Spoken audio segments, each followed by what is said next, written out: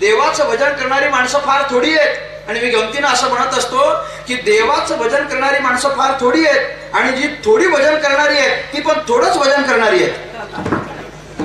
फार काय कोणी भजन करत नाही, फार काय कोणी रात्रंदिवस भजन करायला बसलं का सांगा, कोणी करत नाही.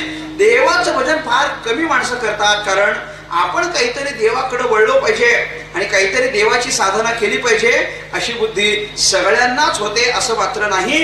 पण देवाच्या भजनाकडे जी बुद्धी वळते की नाही ती बुद्धी ही सात्विक बुद्धी असते, ती बुद्धी ही सद्बुद्धी असते. आणि अशा ह्या सद्बुद्धीचा संबंधानं ज्ञानेश्वर महाराज बोलताना काय म्हटले, प्रत्येकाच्या अंतःकरणामध्ये देवाच्या भजनाची बुद्धी निर्माण होत नाही, किंबहुना देवाच्या भजनाची बुद्धी निर्माण होणारे या जगामध्ये फार दुर्लभ आहेत. अभंगाचं पहिलं चरण. हरी